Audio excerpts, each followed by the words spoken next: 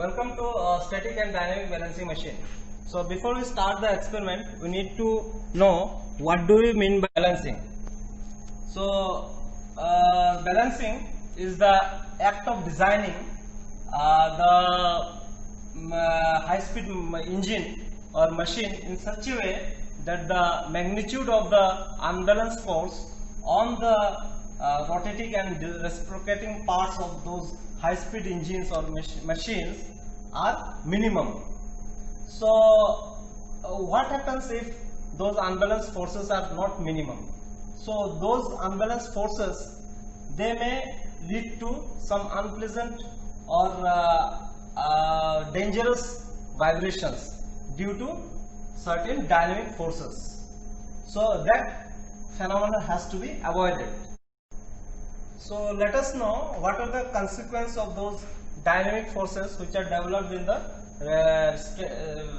rotating and reciprocating parts of those high-speed engines or machines. So one of such consequences are these dynamic forces. These will develop stresses in the members. Number two, this will increase the loads on the bearings, so definitely the life of the bearings will come down. And third point is it may lead to certain unpleasant and dangerous vibrations in the parts, so those may lead to catastrophic damage to the machines. Let us go in details of the process of balancing. Now we will understand how the balancing is done. So for that we need to know something in details. So we know that when the mass it is rotating in a circular path, then a centrifugal force acting radially outward will act on the mass. So if the mass, that rotating mass, it is attached to a rotating shaft, the mass will experience a centrifugal force, and thus the tendency of that force, centrifugal force, would be to bend the shaft, which will finally lead to vibrations, and those vibrations may be dangerous and catastrophic. So in order to counter the effect of those centrifugal force, we have to attach another balancing mass to the opposite side of the shaft in such a way or at such a distance that the centrifugal force produced by that balancing mass would be equal and opposite in direction, but that would counter the effect of the disturbing mass. Study different cases of balancing. So number one, balancing of single rotating mass. Number two, balancing of several masses rotating in the same plane. And number three, balancing of several masses rotating in different planes. Now the balancing of a single rotating mass.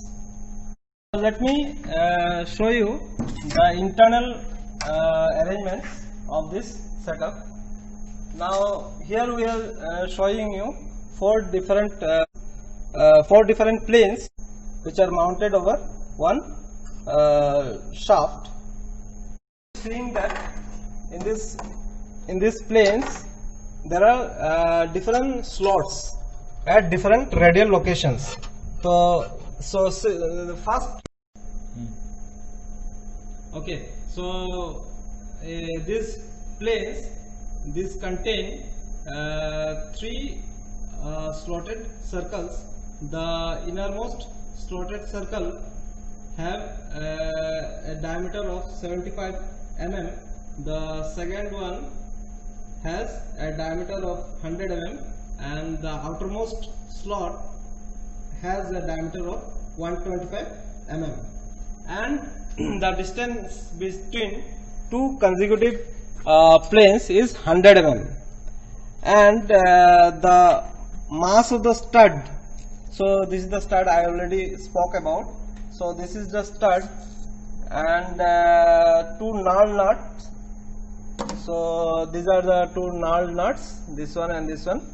So the mass of the stud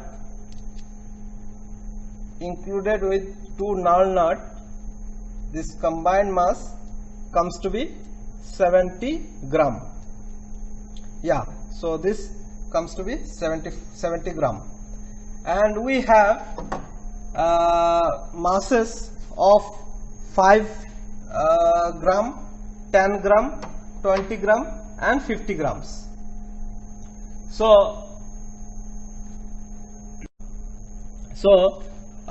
first case we studied just now, we would incorporate one rotating mass when the rotating mass would be in one single plane. So suppose this is the rotating mass. Now how would I introduce this rotating mass in this plane? So let me show you. So this is stud, knurled stud, and this rotating mass, it need to be inserted inside this way, and we can insert it here like this. Finally we can tighten it other end. So we are now trying to show you the first case, that is rotation of a disturbing mass of a single disturbing mass on the same plane. So we have started the motor. Now you are seeing how the setup is jumping, it is jerking. So this is due to the effect of unbalanced forces. So that unbalanced force, that may lead to very violent vibrations. So those are undesirable and that need to be overcome. So now we will show how to overcome that effect. So let us show you the schematic for this case, that means the case of rotating mass in a singular plane. So this is the disturbing mass we have introduced previously, and it is placed at a radial distance of r1 say, and the shaft is rotating at an angular speed of say omega. Now the centrifugal force would be m1 omega square r1. Now that m1 omega square r1 centrifugal force due to m1 should be cancelled out by the centrifugal force of the opposing mass, that is the balancing mass. So for example, the balancing mass is m2. It is placed at a certain radial location of r2. Then according to the mathematical formula, m1 omega square r1 is equal to m2 omega square r2. Now omega square on both the sides, they cancel out, and finally we will get m1 r1 is equal to m2 r2. So that implies mr is equal to constant. That means the product of mass and radial distance is always constant. So we have to this means what balancing mass we have to introduce in the plane to counter the effect of that disturbing mass. We never know the magnitude of that balancing mass. So we need to keep on changing that balancing mass. That is sort of hits and trials. So from this equation we will know that what happens if we increase the magnitude of the mass. So in that case the radial distance would decrease. So if we increase the balancing mass, definitely radial distance should be decreased, and if we decrease the balancing mass, then the radial distance has to be increased. So then only finally it becomes a constant. we have studied how a single rotating mass it is balanced by one balancing mass. Now another case would be balancing of several masses in the same plane. So instead of one disturbing mass, we will introduce more, 2 or 3 disturbing masses on the same plane, and we will try to balance the effect of those disturbing masses with a balancing mass. And third case would be the balancing of different rotating masses or disturbing masses introduced on different planes.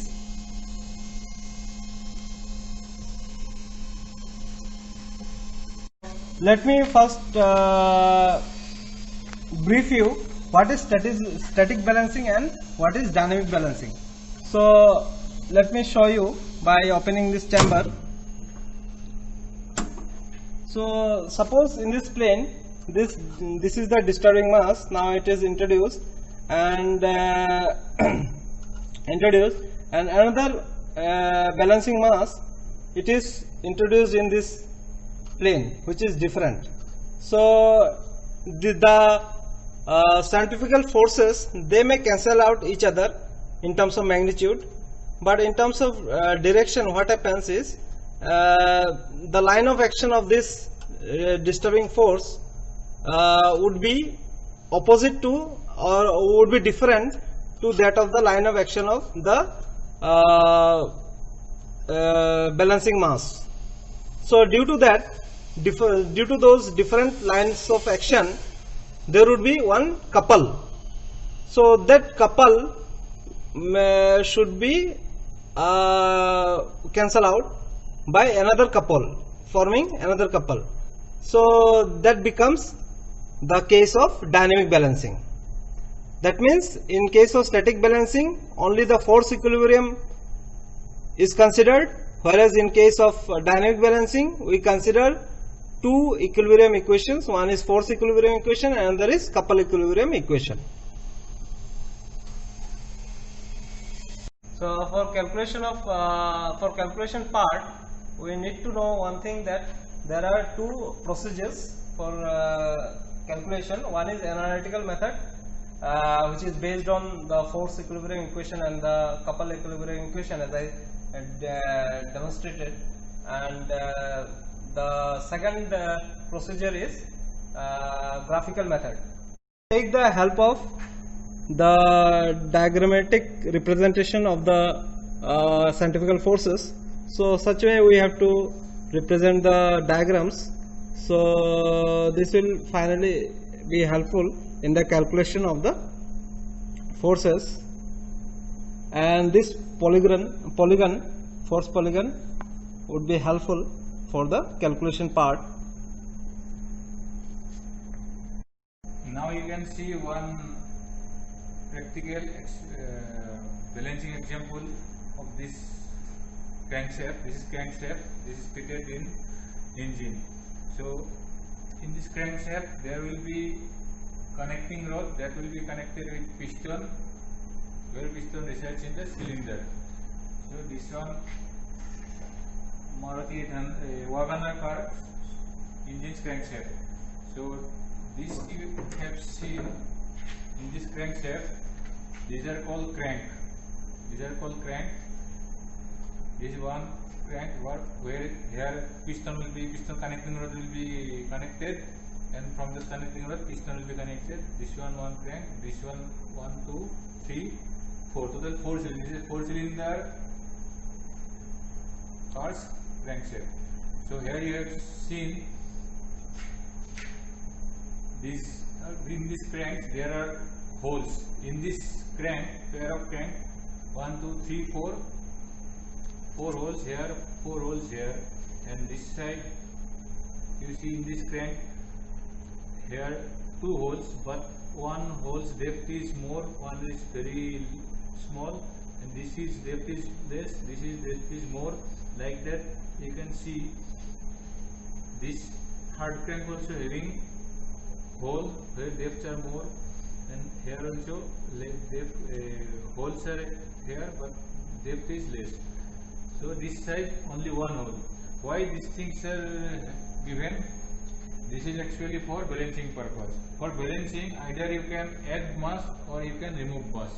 So this way, actually these things, this crankshaft after manufacturing, they actually put in high speed balancing, computerized control balancing machine, and they check which point there is unbalanced masses are, disturbing masses are there. So accordingly, here they cannot add mass.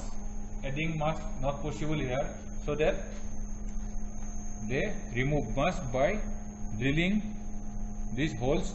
Some holes are more depth, some holes are less depth. So this is an live example of balancing, dynamic balancing as well as static balancing. If this crankshaft is not get balanced, then what will happen? Engine, while starting engine, will create lots of vibration, noise, and finally those things will affect smooth riding of the car, and passengers will feel discomfort. So this is an example of balancing, dynamic balancing experimental setup.